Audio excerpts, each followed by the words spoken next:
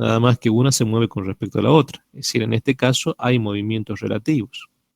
Entonces, como hay movimientos relativos, primero, las inductancias ya no le podemos llamar 1 y 2, le tenemos que llamar inductancias fijas e inductancia móvil. La fija tendrá una inductancia, la móvil tendrá otra inductancia. Las corrientes ya no le podremos llamar 1 y 2, le tendremos que llamar corriente que circula por la bobina fija, llamémosle 1, y la corriente que circula por la bobina 2, llamémosle móvil. O sea, primero nos cambia la nomenclatura. Y segundo, como hay movimientos relativos de una bobina con respecto a la otra, y como consecuencia de ello el cambio del grado de concatenamiento magnético de esta bobina respecto del campo este que tengo, entonces yo tengo que decir que la cupla motora va a ser parecido a lo que ya hemos visto, la derivada de la energía con respecto a la posición tita, que tita es el ángulo tomado con respecto a un eje imaginario que pasa por la vertical. Por lo tanto, si esta ecuación que la tenemos acá recuadrada en azul, la derivamos con respecto de tita, fíjense en que básicamente me va a quedar la derivada de m con respecto de tita, al cual yo no puedo decir que es cero, porque la inductancia mutua realmente cambia con la posición, porque los enlaces de flujos concatenados cambian con la posición. Entonces, esta derivada no la puedo suprimir por el producto de las corrientes. Con eso, ¿qué les quiero decir? Que cuando hacen la derivada con respecto a la posición, en este caso me está diciendo, mire, las inductancias propias no se modifican con respecto a la posición. Por lo tanto, este primer término y este segundo término es una constante si la variable independiente es la posición. Estos dos primeros términos se hacen cero, pero el tercero no. Ah, y aquí está la ecuación entonces que habíamos, digamos, a la cual habíamos comentado cuando empezamos a estudiar y tener una idea de las cuplas motoras y antagónicas, como así también de los otros tipos de cuplas que habíamos estudiado, opositora a la cupla motora, y en particular cuando vimos instrumento electrodinámico, habíamos citado esta ecuación y dijimos en algún momento vamos a entender de dónde viene, pero necesitamos hacer un análisis mucho más profundo. Bueno, básicamente es esto. Derivada de la energía respecto a la posición, energías almacenadas en cada una de las bobinas, propias y mutuas, y contemplando que son circuitos acoplados. Entonces, sacamos la cupla motora. La cupla antagónica, la que se opone a la cupla motora, igual como pasaba en otros instrumentos, depende de una constante KR, que ya dijimos que depende de las características mecánicas del resorte asociado a este instrumento y de la deflexión del mismo.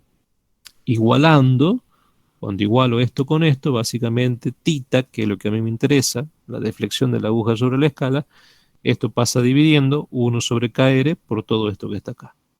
Y ya tengo la ecuación general si lo que estuviésemos pensando es un análisis con corrientes circulando invariables en el tiempo, con direcciones invariables en el tiempo, es decir, analizados con corrientes continuas.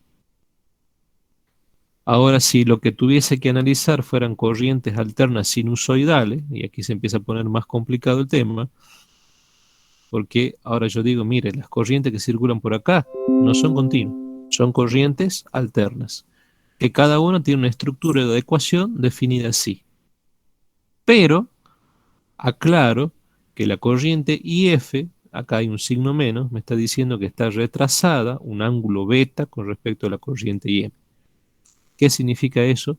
Que cuando circulan corrientes alternas por las bobinas fijas y móviles de este instrumento, entre esas corrientes hay un desfasaje beta. Existe un desfasaje beta entre corrientes, el cual es, jóvenes, sumamente importante para entender el funcionamiento de estos tipos de máquinas, de estos tipos de instrumentos. La cupla motora, simplemente acá la cito para tenerla presente en la ecuación. Y lo que ahora tenemos que hacer nosotros es básicamente, donde dice IF e IM, reemplazar por estas dos ecuaciones que están acá. Lo cual me queda, reagrupando, me queda un seno de omega t, omega, entiéndase por frecuencia angular eléctrica, igual a 2pi por F eléctrico, por seno de esto que está acá. Esto que está marcado en gris tiene, de acuerdo a las identidades trigonométricas vistas en matemática, esto que está acá, productos de dos senos, lo podemos reemplazar por esta ecuación trigonométrica que está aquí. Donde acá podemos ver que incluso que estas oscilaciones que estamos viendo acá, aplicar la identidad trigonométrica, la amplitud va a tender a cero para frecuencias industriales. Frecuencias industriales son las frecuencias, llámese en el caso nuestro de Argentina, que tenemos una visión muy europea, 50 Hz, 50 ciclos por segundo. Entonces, en definitiva, me queda que la cupla motora va a ser la derivada de m con respecto a la posición por un medio que está acá, por el producto de las corrientes máximas, por la bobina fija y por la bobina móvil, por un coseno de un ángulo comprendido entre las dos corrientes. Por lo tanto, si lo que yo normalmente utilizo son valores eficaces, puedo reescribir esta ecuación Cm y haciendo la igualación con con la cupla antagónica, puedo despejar la deflexión θ y decir que es 1 sobre kr, prácticamente copio lo mismo, pero con la salvedad de aquí que los valores máximos, como las dos señales son alternas sinusoidales, los valores máximos con los valores eficaces se relacionan por raíz de 2. O sea que a mí me queda raíz de 2 y eficaz por raíz de 2 y eficaz. Raíz de 2 por raíz de 2 es raíz de 2 al cuadrado, me queda 2, 2 sobre 2 se simplifica. Entonces me queda esta ecuación en amarillo, que en definitiva me da la deflexión de la aguja sobre la escala, teniendo en consideración la constante metálica del resorte, las variaciones de la inductancia mutua respecto a de la posición debido al cambio del grado de concatenamiento magnético al girar sumergido en un campo continuo estacionario, al producto de los valores eficaces de las corrientes que circulan por ambas bobinas y al coseno de un ángulo que va a ser un ángulo eh, de desfasaje entre las corrientes fijas y corrientes móviles. Para que quede a modo de aclaración y abriendo un paréntesis, para que quede un poco claro el tema de la inductancia mutua, cómo varía cuando esto se lo gira, hagamos el siguiente ejercicio que está acá. Supongamos una bobina fija, supongamos un campo continuo estacionario generado, eh, que son estas líneas en rosa. Lo que está en celeste sería la bobina móvil que se está moviendo, sumergida en ese campo continuo estacionario.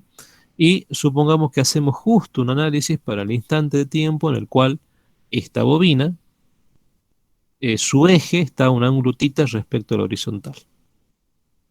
Entonces fíjense que el flujo phi máximo que tenemos en azul lo podemos descomponer trigonométricamente en un flujo phi c, va a ser un flujo perpendicular al eje de la bobina, y a un flujo en amarillo que va a estar en la misma dirección. Entonces nosotros podemos decir que este phi c, si nosotros sabemos por trigonometría, ángulos alternos internos, que este ángulo θ es el mismo ángulo que está acá, y entre los dos tengo 90 grados, por ángulo complementario, esto es 90 menos θ. Por lo tanto, este phi c, que es coseno de 90 menos θ, también, trigonométricamente hablando, es seno de θ. O sea que phi c lo puedo escribir este fasor de flujo magnético, lo puedo escribir como phi máximo nm seno de θ.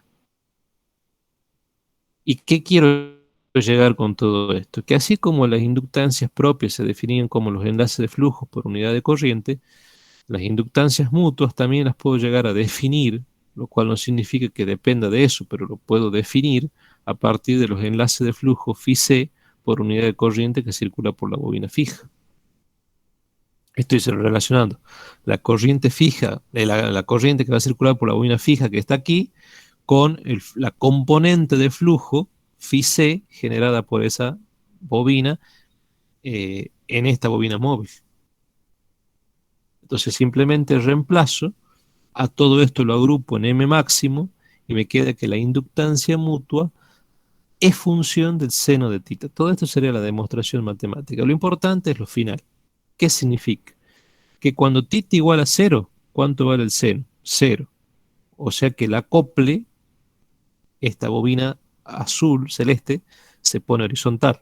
Θ se hace igual a 0, la bobina se pone horizontal, no acopla, no hay grado de concatenamiento magnético, no hay acoplamiento magnético de esta bobina con las líneas de campo cuando se encuentra en forma horizontal. Θ igual a 0. Es decir, que el acople magnético es mínimo. ¿Cuándo sería máximo? Cuando el seno de tita, ustedes saben que si usted grafica la función seno llega como máximo a 1. O sea que el máximo sería cuando el seno de tita sea 1. ¿Cuándo un seno de tita igual a 1? Cuando este tita vale 90. Pasaría acá con tita igual a 90. Si esto crece, crece, crece, crece, se pone a 90 grados, significa que esta que está en celeste se puso vertical. Entonces, fíjense, si yo imagino la sección transversal de una bobina, concatena el máximo de flujo magnético. Para posiciones intermedias, entre valores mínimos, seno igual a 0, a valores máximos, seno de tita igual a 1, es decir, donde tenga titas intermedios entre 0 y 90 grados, por ejemplo, podría ser este caso, tenga un acoplamiento magnético parcial. Y ese acoplamiento magnético parcial tendrá que ver con, en realidad no estoy concatenando este flujo phi máximo, sino que estoy concatenando este flujo phi sub c, que es una componente del flujo phi máximo. Entonces el grado de concatenamiento magnético es menor. Por lo tanto, se entiende que los grados de concatenamientos magnéticos van a depender de acuerdo a la posición. Y como esto se mueva, en algunos momentos será el máximo y en otros momentos será el mínimo. El grado de concatenamiento magnético. Conclusión. M es una función de tita. M depende de tita. La bobina se mueve, describe diferentes ángulos de tita y eso me produce automáticamente modificaciones en el seno de tita que me lo hace variar entre 0 y 1, entre valores máximos y valores mínimos. Entonces M me está variando en función de tita siguiendo una sinusoide. Es decir, me está variando entre máximos y mínimos, entre máximos y mínimos. Permanentemente está modificándose el grado de concatenamiento magnético. Por eso es que cuando nosotros acá pusimos Cm igual a la derivada de m respecto de tita, nosotros no podíamos decir m, mire, no es función de tita, m es una constante, por lo tanto la derivada de m respecto de tita es 0, porque es una constante. No, porque estamos viendo que m, en función de cómo se mueve la bobina, concatena más o menos línea en campo magnético. El grado de concatenamiento se modifica conforme esto se mueva. Lo estamos viendo acá, lo estamos viendo intuitivamente, si se quiere, y también lo estamos viendo matemáticamente. Los flujos concatenados, en algunos casos será el máximo si esto está vertical, pero si no está vertical, tiene una cierta inclinación, será una componente de flujo. El flujo concatenado, en definitiva, no es el mismo. Entonces yo no puedo anular esta derivada. Por lo tanto, la cupla motora tiene relación con esta derivada. ¿Está claro hasta acá?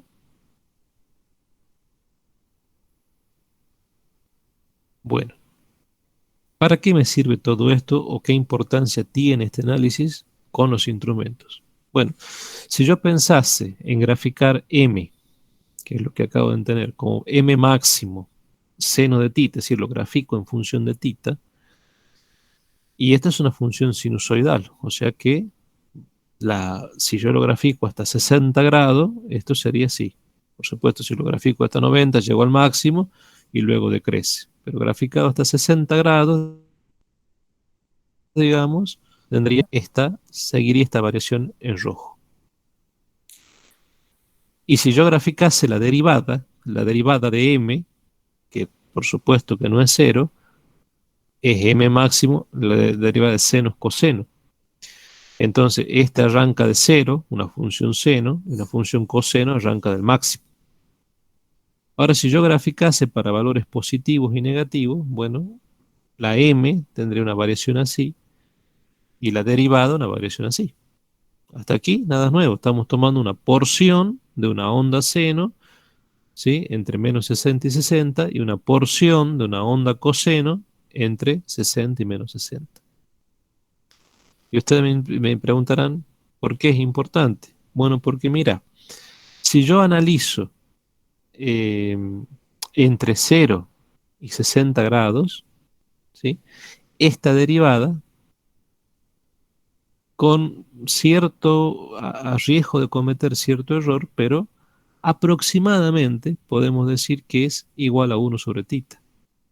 Es decir, ¿por qué digo que es una relación inversa, porque conforme aumenta tita, me baja m. Es verdad, no me baja como si fuese una función irracional, donde la variable independiente está en el denominador. Pero en este rango tan acotado, puedo decir que aproximadamente igual sigue una variación 1 sobre tita. Em, esta, esta aproximación que suele utilizarse me va a permitir construir instrumentos electrodinámicos que tienen dos bobinas, una fija y una móvil, que normalmente no suele utilizarse como amperímetros, voltímetros, sí como batímetros, sí como varímetros, pero me va a permitir construir instrumentos voltímetros y amperímetros, de forma tal que su escala no sea cuadrática o tan alineal. Me va a permitir construir voltímetros y amperímetros con una escala alineal, por supuesto, pero no tan alineal. Entonces, fíjense en que acá hay una cierta importancia de esta derivada y analizado en este espacio de 0 a 60 grados. Y por otro lado, si yo a la derivada de m respecto de tita, que básicamente es una función cosenoidal, la analizo entre 30 y menos 30 grados, fíjense en que esto exageradamente está así, pasando por un máximo justo en cero, cosa que eso ocurre con la función cosenoidal, pero podría decir con también a riesgo de cometer error, pero en forma aproximada, que en este intervalo entre 30 y menos 30, esta curva en azul es prácticamente una constante. Obviamente no lo es, pero lo puedo considerar.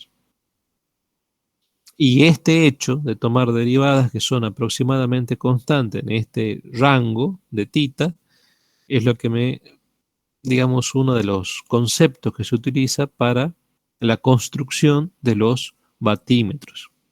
Recuerden batímetros, aquellos instrumentos que me pueden medir potencia. Y que recuerden también, como en algún momento les dije, los batímetros tienen escala lineal. Lo que miden no son valores de eficacia de potencia, sino valores medios de potencia. Y eso también va de la mano con la electrotecnia 1 que ustedes vieron el año pasado. Por lo tanto, estos instrumentos miden valores medio de potencia y su escala es lineal. Bueno, es lineal porque básicamente la derivada de m respecto a tita es constante, porque cuando hago su construcción lo estoy analizando y estudiando para este intervalo de tiempo, o este intervalo de tita definido, entre 30 y menos 30 grados. Aplicaciones: amperímetros, voltímetros, batímetros, varímetros, símbolo. Si tiene alguna circunferencia exterior, me está diciendo que son instrumentos electrodinámicos, pero con protecciones para campos magnéticos exteriores, ¿sí? Esta cruz, de alguna manera que tengo acá, me está indicando que uno es una bobina fija, que tiene dos bobinas, una fija y una móvil. Bueno, ¿cuáles son las aplicaciones detalladas y vistas uno a uno? Por ejemplo, si yo quisiera medir corrientes, puedo hacerlo, pero valores muy pequeños de corriente. Normalmente estamos hablando de 15 a 100 miliamperes como corriente máxima. Por lo tanto, como son corrientes del orden de las milésimas de los amperes, una de las aplicaciones que tienen estos instrumentos son como miliamperímetros. Entonces es factible que ustedes encuentren miliamperímetros con el símbolo de dos bobinas en cruz, indicando que son instrumentos electrodinámicos. ¿Por qué admite tan poca corriente? Y bueno, porque si yo pongo la bobina fija, que en términos circuitarios lo puedo expresar de esta forma, ¿no? Para no hacer la bobina con las espiras como normalmente ustedes lo conocen, le hago estas eh, eh, rectas quebradas como si fuesen parecido a una resistencia, pero no son resistencias, me simbolizan bobinas fijas y móviles, que es una forma muy corriente de encontrar en los libros de medidas eléctricas. Esas bobinas fijas y móviles, fíjense que están en serie. Las bobinas fijas, tal como vimos en la foto, fíjense acá, en las primeras fotos que vimos, son de secciones muy importantes, el cobre. Eso implica que tienen resistencia. Recuerden que la resistencia inversamente proporcional a la sección. Las secciones de esas bobinas son grandes y las resistencias son bajas. O sea, en esta bobina no hay demasiado problema. El problema está acá. Las bobinas móviles, al contrario, tienen muchas espiras, poca sección, mucha resistencia. Entonces, no puedo hacer pasar o forzar que circule por aquí una corriente grande, porque por aquí no habría problema, lo tolera sin problema. Las disipaciones de potencia serían bajas, pero acá tendría muchísimas disipaciones de potencia en esta bobina. Puedo destruir esta bobina si hago pasar corrientes grandes. Por lo tanto, la corriente de carga ahí del circuito, que este instrumento lo está midiendo, que va a ser la misma corriente que pasa por la bobina fija y la misma corriente que pasa por la bobina móvil, por eso esta igualdad que está acá, no puede ser grande. Fíjense en esto que está esquemáticamente puesto así, lo podemos ver acá también, ya quizás de la forma como ustedes están más acostumbrados de representar bobinas, con las bobinas fijas, ¿sí? Y con la bobina móvil. Fíjese que ingresa corriente por las bobinas fijas, que están dispuestas de estas maneras, sale corriente, ingresa por la bobina móvil, sale corriente. En definitiva está haciendo esto, está siguiendo un camino con bobinas colocadas en serie. En serie, obviamente, la corriente es exactamente la misma. Y como consecuencia de ello, hay campos, hay corrientes, hay interacciones entre campos y las corrientes, y como consecuencia de ello hay cuplas motoras, hay cuplas antagónicas, se igualan las cuplas, la aguja deflecta y se estabiliza en un cierto valor. Entonces esto funciona como miliamperímetro. Nosotros habíamos visto y estudiado hace filminas atrás de qué dependía la deflexión de la aguja sobre la escala en los instrumentos en general electrodinámicos, y dijimos que era a la inversa de KR, que tenían que ver con la cinta metálica, los parámetros mecánicos de la cinta metálica, la derivada de M, que efectivamente acabamos de demostrar, cambia el grado de concatenamiento magnético cuando varía la posición, por lo tanto esta derivada no puede ser cero, existe, al producto de corrientes fijas y móviles, y al coseno del ángulo comprendido entre corrientes. De todo eso depende la deflexión en un instrumento electrodinámico en general. Cuando yo lo aplico, lo particularizo para medir corriente, que estamos viendo que no puedo medir corriente, es muy alta, bueno, primero que las corrientes son las mismas. Entonces me dice poner IF y M, le vamos a llamar I. Es la misma corriente. Y el producto me dará I cuadrado. Hasta ahí bárbaro.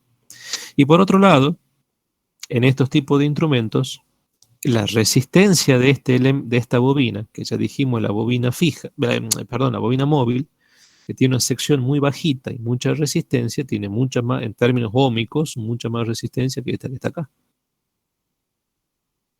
Entonces significa que este circuito, al ponerlo en serie, quien manda es la bobina móvil, que es la que tiene más resistencia. Y entonces este circuito se hace muy resistivo. Entonces, eso me puede dar lugar a que, si bien esta bobina móvil es función de la tensión y esta bobina móvil en función de la corriente, como el circuito es muy resistivo, el desfasaje beta entre las corrientes fijas y móviles, que en definitiva son las mismas, es casi cero. Por lo tanto, el coseno de cero, es decir, coseno de beta es 1. Por lo tanto, todo este coseno se hace 1. Y este producto de corriente se hace I cuadrado. Entonces me queda que la deflexión de la aguja depende del cuadrado de la corriente. ¿Qué me dice esto? Dos cosas. Primero, que este instrumento sirve para corriente continua y para corriente alterna. Segundo, por supuesto, abro paréntesis, en este instrumento que hicimos derivada de m respecto de tita, cuando lo construía el instrumento, que me queda aproximadamente igual a 1 sobre tita, cosa que esté trabajando en esta zona, ¿no? ¿Sí? Me queda una derivada, porque en esta zona me queda la derivada constante, porque imagínense que si esta derivada se me empieza a mover, empieza a variar y la aguja me empieza a mover. Yo no puedo lograr que esta aguja me empiece a oscilar. Yo necesito que esté quieto. Una de las cosas es que esta derivada se comporte como una constante, no que esta derivada varíe. Entonces, ojo, tengo que hacer que esta derivada sea aproximadamente igual a 1 sobre tita. ¿Qué significa eso? Hacer trabajar la derivada con un tita de más 30 y menos 30. Cosa que en este sector esta derivada sea constante. Por lo tanto, no entra en juego. ¿Y qué es lo que entra en juego? La corriente que va a circular. Entonces, depende del cuadro de la corriente, mide las dos cosas, señales continuas y señales alternas. Y segundo, al ser cuadrática, la escala es cuadrática, es alineal, pero al serlo, esta derivada, aproximadamente 1 sobre tita, no es tan alineal. ¿Es alineal? Sí. ¿Es cuadrática? Sí. Ahora, ¿es tan alineal o tan cuadrática como, por ejemplo, podrían tener en un instrumento hidromóvil? No. No es tan alineal, porque a la hora de construirse se tomó el recaudo, que esta derivada sea proporcional a 1 sobre tita, lo cual significa que estoy trabajando con titas entre 30 y menos 30. Esto que está acá, entre 30 y menos 30. ¿Qué era tita? No perdamos de vista tita. Tita era el desfasaje que yo tenía, o el ángulo descripto cuando la bobina está girando. Móvil en el campo generado por la bobina fija.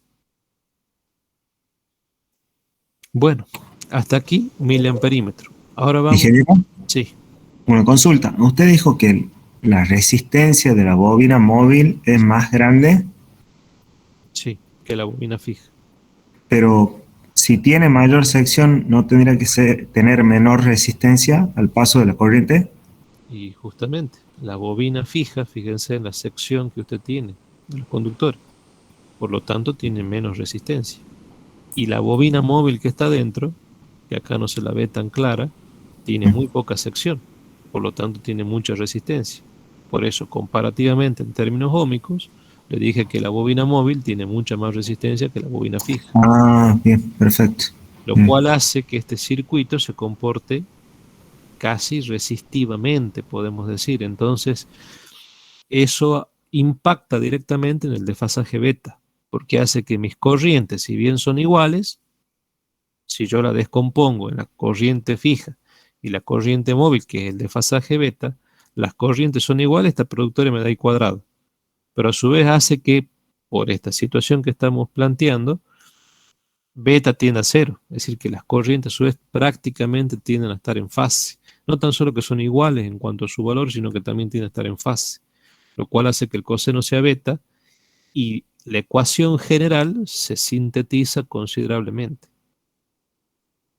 Y a partir de esta ecuación general, por supuesto, pensando en este instrumento con dos bobinas para medir corriente, que obviamente, como ustedes verán, no es muy, es poco al vicio poner dos bobinas en serie para medir pero sin embargo hay. Normalmente estos instrumentos se utilizan para medir potencia, es decir, de las aplicaciones se lo utiliza para estos dos. Para estos dos de arriba no tanto, pero existe. Entonces, fíjense acá que el tita, digamos, la ecuación particularizada para el funcionamiento como miliamperímetro de la ecuación general, fíjense que me queda K por I cuadrado. Con la salvedad de que, bueno, la derivada de m respecto de tita le es aproximadamente igual a 1 sobre tita, de forma tal que esta escala sea cuadrática, pero no tan cuadrática. ¿Me sigue hasta acá? Y mide continuo y alterno. Ahora, sí, Sí, está bien, ingeniero. Esa era mi duda. perdónenme, perdón.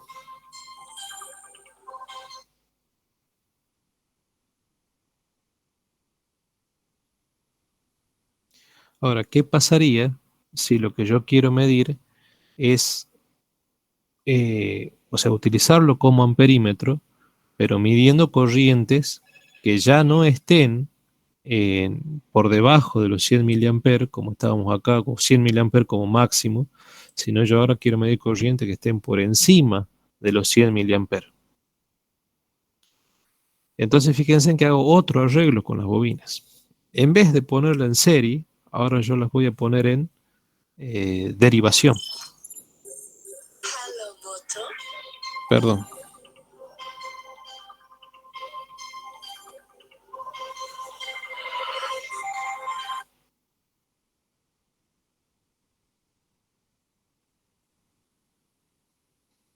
Perdónenme un segundito, chicos.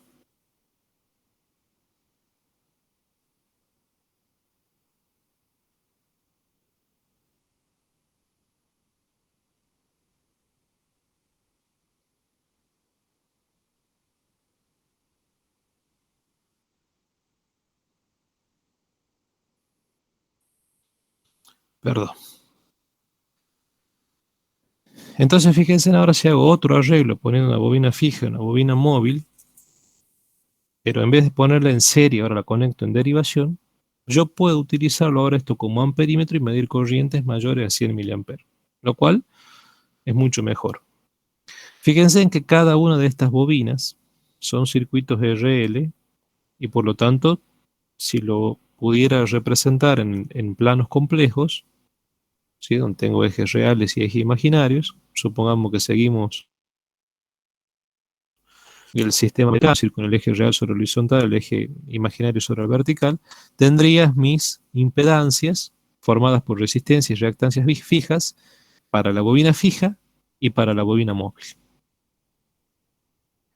Obviamente, las valores de resistencia, como recién dijimos, en la bobina móvil serían mayores que en la bobina fija por el hecho de su sección, pero a su vez acá el número de vueltas que tiene la bobina móvil es mayor al número de vueltas de la bobina fija.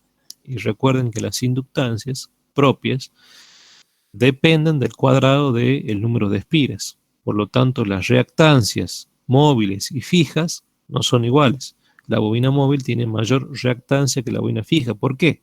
Porque para una cierta frecuencia angular eléctrica omega igual a 2pi por f, la reactancia QM móvil es mayor que la reactancia fija. En definitiva, como la resistencia y la reactancia es mayor en la móvil que en la fija, evidentemente la impedancia pitagóricamente estamos viendo, el verde que tiene esta bobina móvil es mayor esa impedancia en la bobina fija. ¿A qué me lleva todo esto? Que si yo tuviese que hacer una representación en plano complejo, justo para el instante tiempo en que la tensión UAB está en azul, que de aquí a aquí pase por la horizontal, recordemos que tensiones y corrientes son magnitudes fasoriales, complejas fasoriales, las impedancias son complejas pero no fasoriales, mientras que tensiones y corrientes sí son complejas fasoriales. Todo este sistema está girando a una cierta velocidad angular omega eléctrico igual a 2pi por f y yo lo analizo justo cuando pasa por la horizontal. ¿Qué veríamos? Y bueno, veríamos que para este RL y para este RL la IM está retrasada con respecto a la tensión. ¿Por qué digo con respecto a tensión? Porque el UAB es el mismo para esta bobina y para esta bobina. El IM está retrasado a un ángulo gamma con respecto a la tensión. Y el IF está retrasado un ángulo epsilon con respecto a la tensión. De forma tal que el desfasaje IM e IF es un ángulo beta. Y ese ángulo beta lo puedo definir como un ángulo epsilon menos gamma. ¿Qué sería gamma? Bueno, básicamente gamma sería el ángulo en este triángulo de impedancia. Es decir, el arco tangente entre el XM, que es el omega LM, y el RM, que sería epsilon. El arco tangente entre el omega LF, que es XF, respecto de RF. O sea, hasta aquí es trigonometría analizando los triángulos de impedancia de cada una de las bobinas. Si nosotros de alguna manera, y esta situación está reflejada en el diagrama fasorial, si logramos que el ángulo gamma sea igual al ángulo epsilon, si este ángulo gamma creciera al punto de epsilon, eso significaría que el ángulo beta, fíjense si este fasor rojo lo voy corriendo, y lo superpongo sobre el IF, que está en rosita, si gamma lo estoy haciendo tan grande como epsilon, que es lo que está acá, beta, que es el ángulo entre corrientes, sería 0. Por lo tanto, el coseno de beta se hace 1. Entonces en la ecuación me queda todo esto por 1, que no está acá, que matemáticamente no lo ponemos. ¿Me van siguiendo hasta acá? El UAB es la corriente IF por ZF, pero también es igual a la corriente IM por ZM.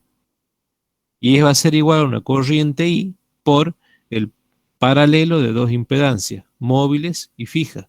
Entonces diré ZM por ZF sobre ZM más ZF. Y ahí obtengo el UAB. El tita, el desfasaje, que no tengo que perderme de vista eso, el desfasaje de la aguja sobre la escala en este instrumento con las bobinas reconectadas de este modo, cuyo objetivo es que funcione como un amperímetro para medir corriente por encima de 100 mA, va a ser igual a 1 sobre KR por la derivada de M respecto a θ, que ya dijimos que no lo puedo sacar de juego, por el UAB sobre el ZM, que me daría la corriente IM, por el UAB sobre el ZF, que me daría la corriente IF. Y al UAB, a su vez, era I, la corriente I, que es la que va a circular por el amperímetro. Acá piensen que hay una carga con una cierta impedancia, entonces por acá circula una cierta corriente I, pasando por el instrumento, que va a ser I por el producto de estas dos impedancias. Entonces, si yo tenía I, y ahora con este I de acá, se me hace I cuadrado. ¿Se entiende? Porque esto es UAB, me aparece UAB dos veces, o sea que acá tengo UAB cuadrado. Es decir, es todo esto que está acá al cuadrado. Por eso me aparece I cuadrado por estas relaciones de impedancia al cuadrado. Conclusión.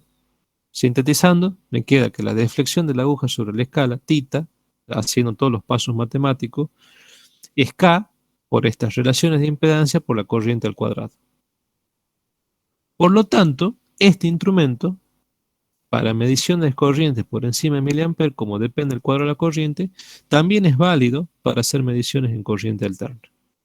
Y evidentemente es válido porque a su vez lo que estuvimos haciendo nosotros es un análisis en alterna.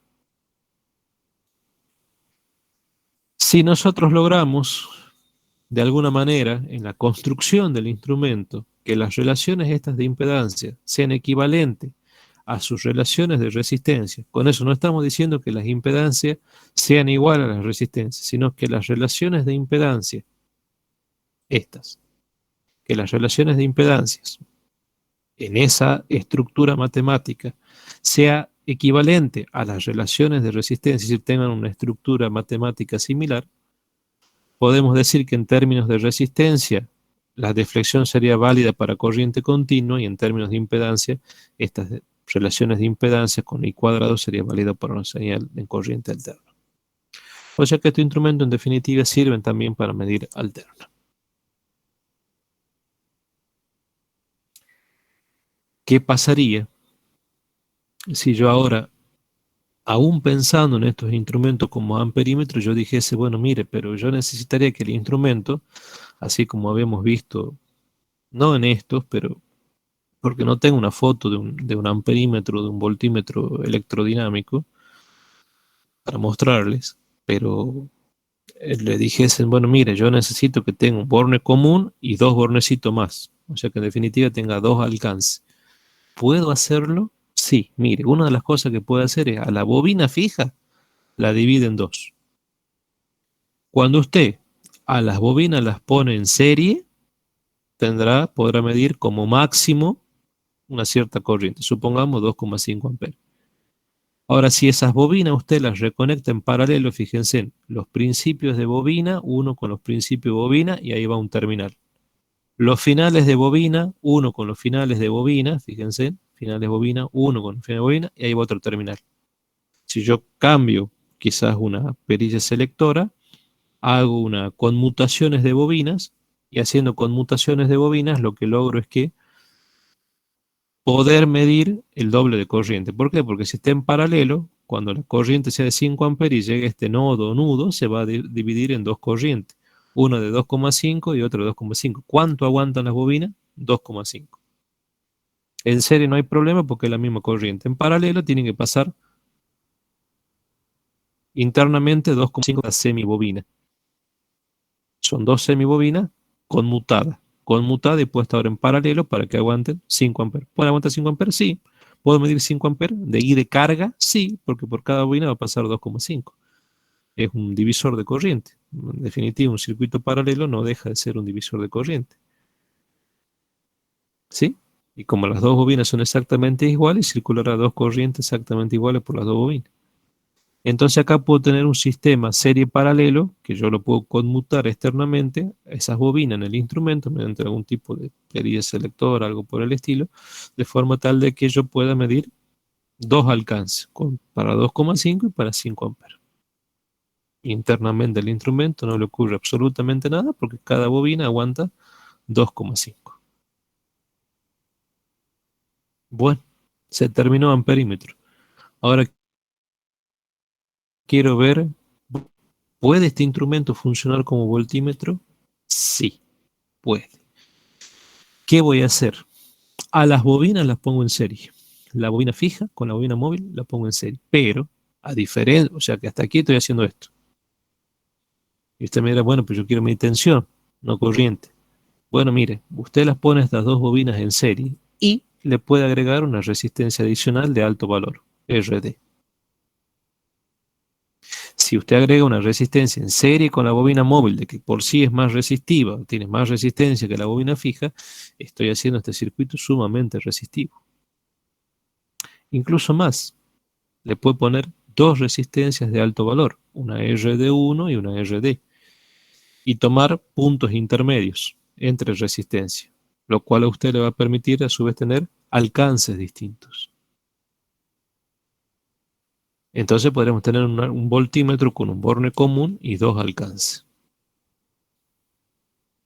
Entonces θ, la deflexión de la aguja sobre la escala, va a ser igual a 1 sobre Kr, que es una constante que involucra las constantes mecánicas del resorte, por la derivada de m respecto de θ, que sigue valiendo lo mismo que para amperímetro y que para los instrumentos electrodinámicos en general. No lo podemos eh, eliminar, porque sí hay un cambio del grado de concatenamiento magnético, y por lo tanto varía m, y varía m en forma sinusoidal, pero aquí lo estamos tomando en un rango acotado de θ, sobre todo en la fase constructiva del instrumento, para que justamente esto me quede 1 sobre θ y no me quede escalas tan alineales, al producto de las corrientes de las bobinas y al coseno del desfasaje entre las bobinas. O sea, estoy leyendo la ecuación general de instrumento electrodinámico. Como están en serie, las corrientes son las mismas y le llamemos I. O sea que todo esto se hará, esta productoria será I cuadrado. Y como es resistivo, el desfasaje beta tiende a 0, el coseno beta tiende a 1. Por lo tanto, lo que aquí ocurra en términos de circulaciones de corriente, y que dará como consecuencia de ello de que entre el flujo inductor de la bobina fija y las corrientes que circula por la bobina móvil haya una cupla y la aguja deflecte sobre la escala, esa corriente I, en definitiva, puedo decir que prácticamente está en fase con U, porque esto se vuelve, en vez de ser un circuito resistivo-inductivo, muy resistivo. Entonces la corriente I es proporcional a U, y como acá me queda I cuadrado, yo puedo reemplazar por U y me queda aproximadamente proporcional a U cuadrado. Tengo que cambiar la constante, y ahora se llama la constante K'. O sea que θ sí mide tensión. Cuando deflecto yo mido un valor de tensión, pero esas deflexiones son proporcionales al cuadrado de la tensión. O sea que si yo mido una señal de tensión que tenga semiciclo negativo, la mido sin ningún problema. ¿Qué mide valores eficaces? ¿De qué? De tensión. Si la señal es continua, deflecta. Si la señal es alterna, o continua constante, continua pulsante con frecuencia, deflecta. Si la señal es alterna, si tiene semiciclos positivo y negativo, también deflecta. ¿Y qué mide valores eficaces? O sea que tengo la aplicación de un instrumento electrodinámico utilizado como voltímetro. ¿Son menos usuales? Sí, son menos usuales. Ahora vamos a lo que realmente se usa, que es la aplicación de estos instrumentos como batímetros. Cuando tengo batímetros, un batímetro es un instrumento que mide potencia, se lo simboliza con la letra W. Normalmente tengo 4 bornes. 2 bornes de corriente, de la bobina de corriente, y 2 bornes correspondientes a la bobina de tensión. En algunos instrumentos puedo tener más bornes, ¿no? O sea, 2 de corriente común por dentro, después por donde sale corriente, que normalmente se lo fabrica una corriente un poco limitada, que es una corriente 5 amperes en la bobina fija, y en las bobinas móviles puedo tener diferentes alcances de tensión, y por lo tanto puedo puedo medir potencias, tener diferentes alcances de potencia, un juego de alcances para hacer mediciones de potencia. Básicamente es el esquema, pensando así en un batímetro elemental con 4 bornes, es el circuito eléctrico equivalente a ese instrumento, es esto que está acá. Bobina fija y en derivación la bobina móvil con una resistencia adicional en serie de alto valor interna en el instrumento. Y a este circuito, a esto que me representa mi batímetro, lo conecto, sus bornes de tensión van conectados a los bornes de una cierta impedancia de carga. Y yo aplico una cierta tensión U. Entonces habrá un nudo que está marcado en rojo, en el cual habrá una corriente que circulará por la bobina IF que toma de la red, o del circuito donde esté conectado el instrumento, IF, y se dividirá en dos corrientes, una corriente que circulará por la bobina móvil IM y una corriente que pasará por la impedancia de carga. Acá estamos analizando un circuito en alterna, por lo tanto esta impedancia de carga es una cantidad compleja fasorial que tiene módulo y ángulo. Y el ángulo será un ángulo phi. Y el ángulo phi, ustedes saben por electrotecnia 1, circuito 1, circuitos de alterna, que el ángulo, cuando los circuitos son monofásicos, el ángulo de impedancia es coincidente con el ángulo de desfasaje entre tensiones y corrientes que circulan. En este caso, entre la corriente IF, o sea, digamos, la corriente IF y la tensión U, que prácticamente es lo mismo decir corriente de carga y tensión U. ¿Sí? Acá estamos viendo que esta resistencia de alto valor a esta rama del circuito, que es aquella comprendida entre dos nodos, en este caso nodo A y nodo C, esta rama es resistiva. Como esta resistencia interna es muy baja y la inductancia es baja, si lo consideramos aproximadamente despreciable a la caída, podemos decir que prácticamente toda U está aplicada entre el nodo A y el nodo C. Y como esto a su vez que esta resistencia me lo hace muy resistivo al circuito, prácticamente podemos decir que la corriente IM está en fase con U. Pero a su vez como esto tiene un valor óhmico muy elevado, la corriente IM es chiquitita comparada con la otra corriente, IF. Y prácticamente podemos decir también que la corriente IF es la corriente carga IC.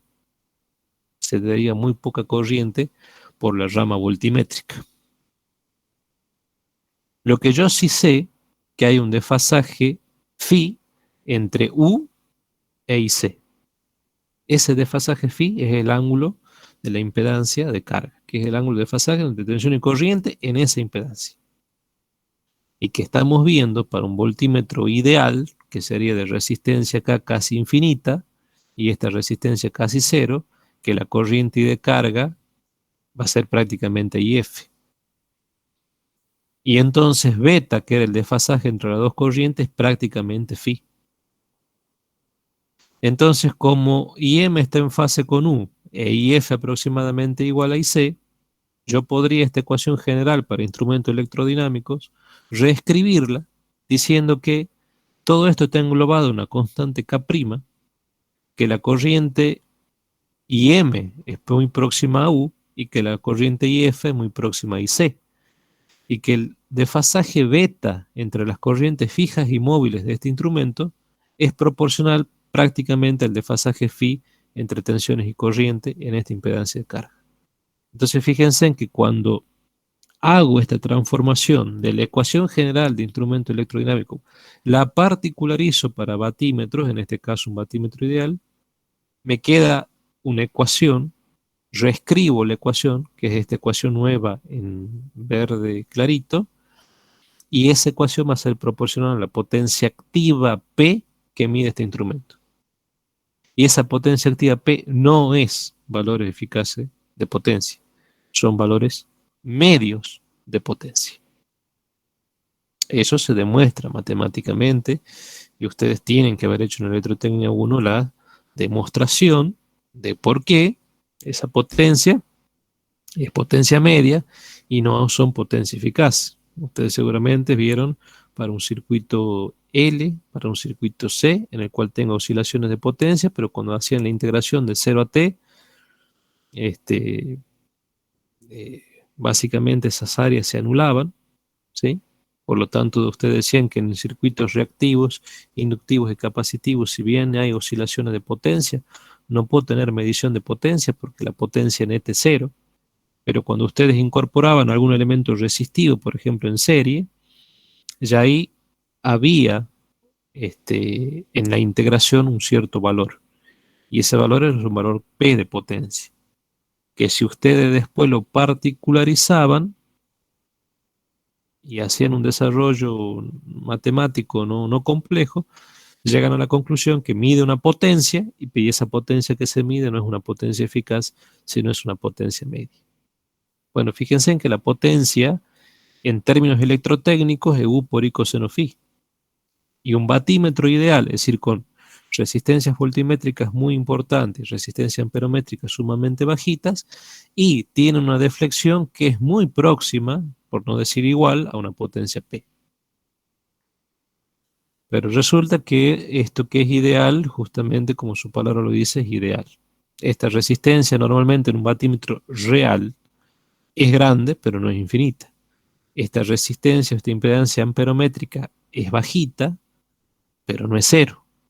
Y además, esta bobina móvil tiene muchas vueltas. Y como la inductancia depende del cuadrado del número de vueltas, la inductancia no es despreciable.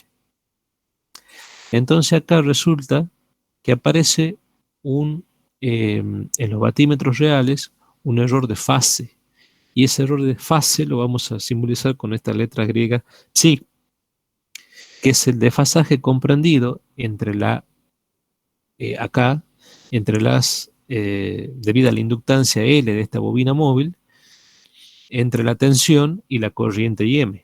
Esto que está acá sería la corriente IM en rojo, y esta la tensión. Tensión y corriente, si bien esto es muy resistivo, pero también la inductancia es grande. O sea que esto no es resistivo. La impedancia es importante, ahí estamos de acuerdo, y eso hace que la corriente IM sea pequeña, porque la impedancia es grande. Pero el L no es bajo, el L es alto. O sea que acá tengo un circuito RL de muy alta impedancia, pero el L me hace producir un desfasaje psi entre tensiones y corriente IM. Entonces ahora ya no puedo decir, como en el caso anterior, que phi igual a beta. En este caso beta es distinto a phi. Por lo tanto hay dos cosas que tenemos que analizar. Primero, la verdadera potencia activa que se disipa en esta impedancia de carga ZC, U por I coseno phi. Lo verdadero es lo electrotécnico, U por I coseno phi. La potencia medida por este instrumento ahora ya no va a ser U por I coseno phi, sino que la potencia, recuerden, era proporcional al coseno de beta. Que acá decíamos, sí, beta igual a phi igual a beta, decíamos coseno de beta igual a coseno phi. Entonces la deflexión era P. Acá no. Acá lo que me mide es U por I coseno, pero ahora ya no de phi, sino de phi menos épsilon. Entonces, ¿eso qué significa? Bueno, estamos viendo que las estructuras de las ecuaciones son parecidas pero no iguales. Entonces, entre lo verdadero y lo medido ya hay una discrepancia. Y si hay una discrepancia, significa que hay errores relativos asociados. Entonces podemos decir que el error relativo que yo cometo en potencia va a ser la discrepancia existente entre el valor medido y el valor verdadero, que es lo que se conoce como error absoluto, referida a un valor verdadero, que cuando yo lo refiero lo estoy relativizando, estoy pasando a errores relativos en potencia. Y reemplazo, hasta eso lo hemos visto en la teoría de error, y reemplazo los valores. Y opero. Y llego a esta ecuación. Pero este valor epsilon, psi, perdón, no es un valor tan grande. Es un valor de ángulo relativamente chico. Porque si bien la inductancia L es muy grande, bueno, R también es muy grande. Más por la inserción de esta resistencia adicional. Entonces, como psi es chico, trigonométricamente y matemáticamente podemos decir que de esta ecuación a la cual hemos llegado, el coseno de psi, o sea, cuando el ángulo tiende a 0, el coseno tiende a 1. Entonces podemos decir que coseno de tita, perdón, coseno de psi aproximadamente igual a 1. O sea que este primer término se hace aproximadamente igual a 1. 1 con 1 se cancela. Ya me queda lo del medio. Y ustedes saben trigonométricamente hablando que si el ángulo ustedes lo expresan cuando es muy chiquitito y lo expresan en radianes, el seno de ese ángulo en radianes es aproximadamente igual al radián. Por lo tanto, ustedes en definitiva podrán decir básicamente que el seno de psi es psi. O sea que esto que está acá, esta productoria con dos factores, el seno de psi es prácticamente psi. Entonces, ¿qué me queda? Que el error relativo de potencia es psi por tangente de phi. Y esta ecuación simplificada, porque esta sería la ecuación real y esta es la ecuación simplificada, me da, chicos, muchísima información. Porque si yo ahora esto lo tengo que graficar, básicamente lo grafico en función de phi, que sería el ángulo de desfasaje entre la tensión U y la corriente IF, que la corriente IF va a ser aproximadamente igual a la corriente de carga, y siendo IM el desfasaje existente entre la tensión U y la corriente I, fíjense en que acá me queda, si yo lo grafico en función de phi, una curva que va a ser siguiendo la tangente. Entonces, si graficaba una función f de x o y igual a tangente de x, lo grafican en función de x, tenía una curva tangente, que esa curva se hacía asintótica y se disparaba para un phi igual a pi sobre 2, es decir, 90 grados, y se disparaba también negativamente para un phi igual a menos pi sobre 2. Bueno, si analizamos para valores positivos de phi, para pi sobre 2 se dispara, o sea que es asintótica en pi sobre 2. Bueno, fíjense cómo tengo la curva. Cuando acá tengo 10, 20, 30, 40, 50, 60, 80, para 90 se dispara. Por desgracia, en la ingeniería eléctrica, sobre todo cuando tengan que hacer mediciones, por ejemplo, en máquinas eléctricas, en reactores, en transformadores, en bobinas de transformadores, en bobinas de motores, etcétera, etcétera, son cargas muy reactivas. ¿Eso qué significa? Que el ángulo de desfasaje phi de la impedancia es muy alto, tiende a 90 grados. Entonces, yo puedo tener, cuanto más reactivo sea, disparos de errores en la medición de potencia. O sea, mido cada vez con más error. Es decir, el instrumento se hace cada vez más inexacto. Precisión tiene que ver con la repetibilidad de las mediciones, pero esto tiene que ver más con la exactitud. El grado de exactitud es mayor. Cometo muchísimos errores, se disparan los errores cuanto más inductivo sea el circuito en el cual yo mido potencia. Lo linkeemos con electrotecnia 1, con circuitos eléctricos. En circuitos muy reactivos no significa que no haya oscilaciones de potencia, significa que la evaluado la potencia media de 0 a t es 0. Hay oscilaciones de potencia, pero las áreas, los semiciclos positivos y negativos se anulan. Si son muy próximas entre sí, también puedo decir que son aproximadamente igual a 0. Es decir, no mido potencia. ¿Ya no qué me está diciendo esto? Que el error se dispara. Que cuando sea muy inductivo, yo voy a medir valores de potencia, porque ¿dónde se va a disipar la potencia? En la resistencia que tenga esa bobina, a la cual yo la estoy midiendo. Que estamos bien, podemos decir que comparativamente hablando, para que el phi sea prácticamente 90 grados, el XL de esa bobina es mucho mayor que la resistencia. Entonces el phi tiende a 90 grados en esa impedancia, en esta impedancia ZC de carga, en esta. El XL en términos óhmicos, supongamos en un circuito de RL, que es la carga más común que ustedes pueden encontrar en la vida real, en términos óhmicos, la reactancia XL es mucho más grande que la resistencia, lo cual indica que esta impedancia Z es muy grande. O sea que que el ángulo phi de esta impedancia Z es muy grande. Es decir, que es muy inductivo. ¿Dónde se va a disipar potencia activa? Y en la resistencia, que en términos óhmicos es mucho más chico que la reactancia. Entonces, cuanto más inductivo sea, es decir, cuando el XL sea cada vez, el X de carga sea más preponderante con respecto del R de carga, es decir, cuando el ángulo phi tiende a hacerse cada vez más grande, es decir, los elementos sean cada vez más reactivos puros, si bien es un RL, pero cada vez más reactivo puro, predominantemente es inductivo, cuando yo conecte un instrumento, que es este que está acá, este, que internamente es así, lo conecte a mi circuito, yo voy a medir con unos errores bárbaros. Estoy analizando la curva en rojo. Y ustedes me dirán, bueno, pero ahí tiene usted una familia de curvas. Sí, tengo una familia de curvas porque estamos considerando que en esta ecuación estoy graficando algo que es un error en función de la tangente de phi. Y yo sé que la tangente de phi sigue una curva que se dispara a los 90 grados. Eso es trigonometría de secundaria. Pero estoy considerando que este ángulo psi es constante. Cada instrumento, por supuesto, de acuerdo a la inductancia que tenga su bobina móvil, tendrá un cierto ángulo psi. Ahora resulta que en vez de utilizar un instrumento que tenga esta curva en rojo, utilizo otro instrumento que tiene otro diseño, otras características, otros valores de inductancia, la bobina móvil, y que me da otros errores de fase.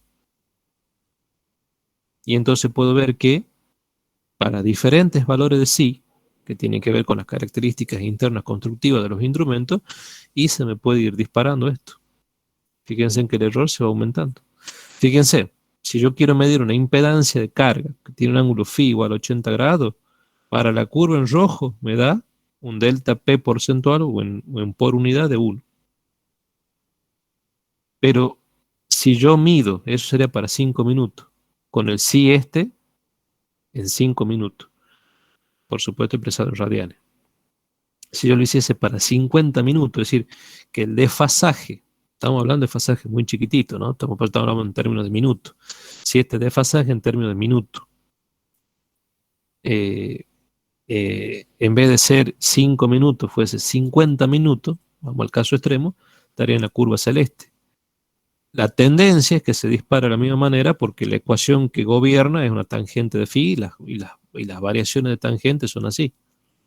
Pero fíjense en que para el mismo ángulo de impedancia de carga, con un instrumento, con una inductancia, la bobina móvil muy importante, que me dé no 5 minutos, sino 50 minutos, fíjense en que el error se me disparó a 8, de 1 a 8. Así que ojo.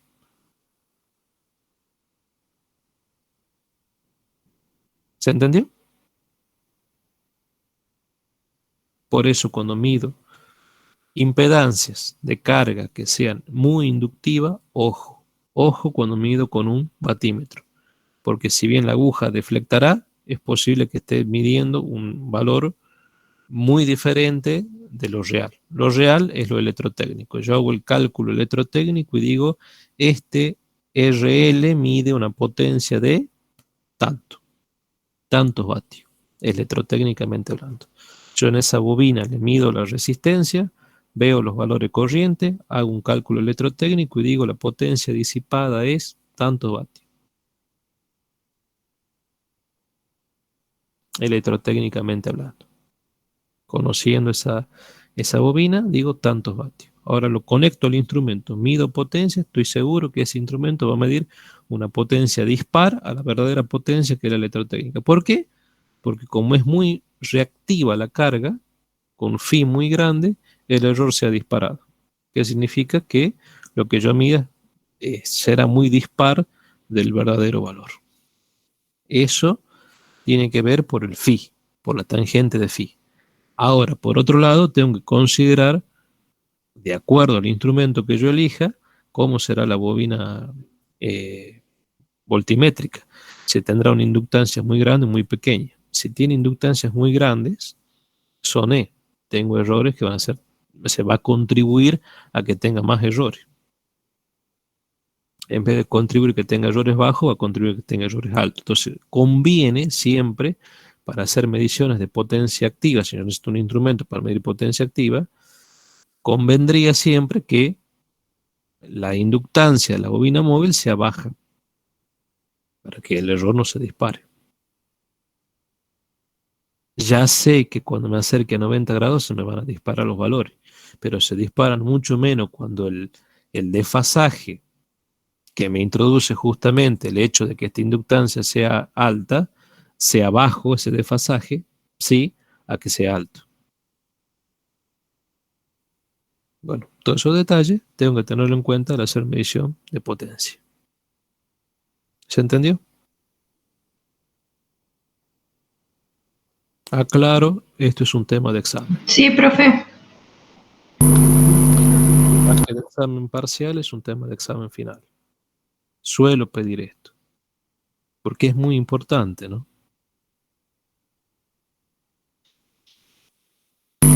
Profesor, y eso en un instrumento ya uno lo puede ver cuánto es el grado de desfasaje. No, No viene especificado. Digo, para el... puede venir especificado en el fabricante. Si usted solicita a un fabricante un instrumento, por ejemplo un batímetro, usted le dice, mire, yo quiero medir potencia, pero voy a hacer medición de potencia, no en general, sino específica en cargas, como pueden ser algunas máquinas, en las cuales las bobinas son muy inductivas. Entonces el fabricante le va a diseñar un instrumento con un épsilon bajo, cosa que usted, es decir, se le va a disparar el error, quiero o no, porque depende de la tangente de phi, pero no se le dispare tanto.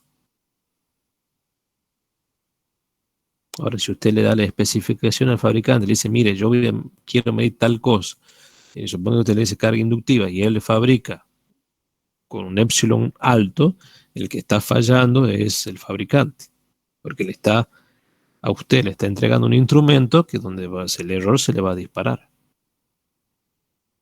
Es decir, que va a medir con muchísimo error.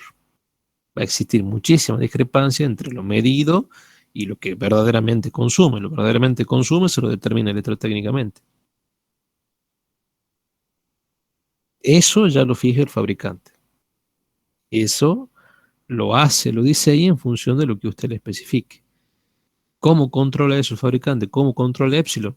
Modificándole el número de vuelta a la bobina móvil. Le pone más vuelta o menos vuelta y con eso modifica la inductancia propia, que es el que me introduce el desfasaje phi. Sí. Entonces, para equipos muy inductivos ya fabriques otro instrumento, ¿o no? Para instrumentos muy inductivos me conviene fabricarlo con el phi bajo. Para instrumentos, digo, para otra máquina, otro elemento, otro aparato que sea muy inductivo, ya es conveniente usar otro instrumento para medirlo.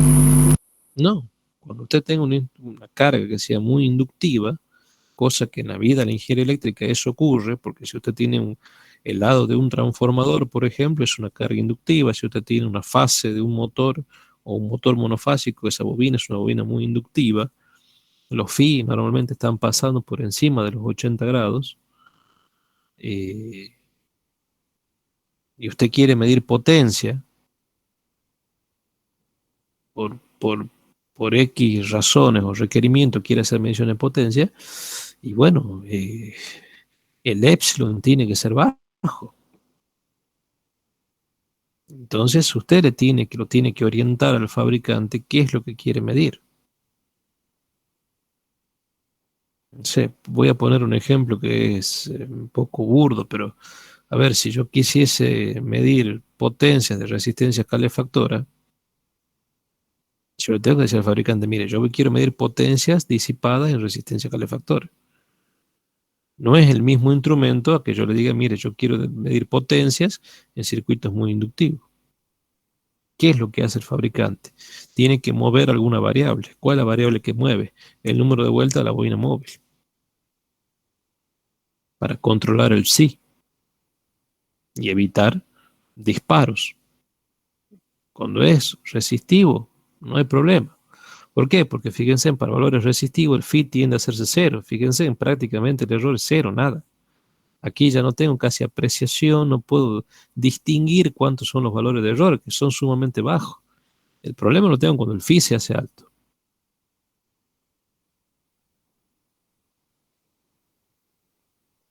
Y en las máquinas, por ejemplo, eso ocurre.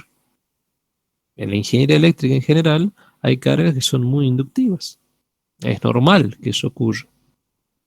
Y reactivas, inductivas. Y entonces, bueno, el instrumento tiene que estar preparado para hacer esos tipos de mediciones. Es decir, necesito que el sí sea bajo. Es decir, que la inductancia de la bobina móvil sea baja. Si tengo otro instrumento que tenga valores intermedios, bueno, trabajaré en estas gamas de curvas y tendré errores con un cierto valor. Por eso, cuando ustedes con un instrumento que no saben cómo está fabricado, ni en qué momento fue pedido, ni para medir, usted no tiene idea, le dan el instrumento y dice, vaya y mida, bueno, sepan que pueden medir y que dependiendo de cómo esté el diseño de ese instrumento, pueden ser que midan valores bajos, valores altos, o sea que ojo cuando midan cargas muy inductivas. Esa es un poco la moraleja de todo esto. Ojo cuando midan potencia. Quizás les convendría para cargas muy inductivas hacer un estudio electrotécnico y medir potencia, por las dudas. Porque ya de aquí están viendo con estas curvas que, y más aún si no lo conocen al instrumento, cómo fue diseñado, para qué fue solicitado, y puede ser que esté midiendo, sí, mide tantos vatios, pero mide con error.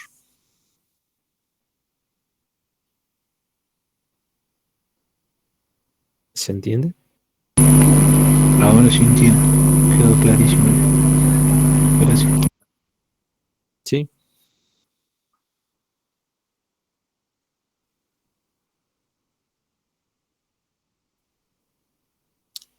Le conviene, sí. Sí, a ver, si usted va a medir la fase, a ver, por decir algo, la fase de un motor, o máquina trifásica, por decir algo, usted tiene de desfasaje por fase 85, 86 grados. Estamos acá. Entonces, fíjense si por esas casualidades tiene un L tal que el sí sea alto, fíjese, tiene unos errores bastante importantes en la medición de potencia.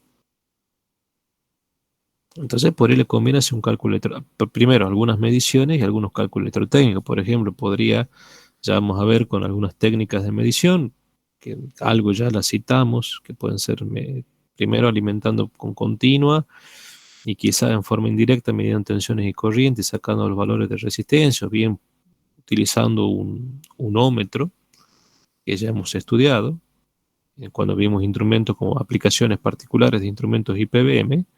Puedo medir la resistencia de esa bobina, puedo medir la corriente con, por ejemplo, un instrumento hierro móvil. Tengo la corriente, tengo la resistencia, puedo hacer los I cuadrados R, es decir, sacar la potencia disipada por ese instrumento y digo, bueno, por esa bobina, y digo, bueno, tengo tantos vatios. Y ver cuánto mide esto. Pues, ¿cuál es la conclusión final? Que cuando las cargas sean muy inductivas, ojo cuando mido con un batímetro. Puedo medir con poco error o puede ser que pueda medir con mucho error. Sobre todo cuando estamos hablando en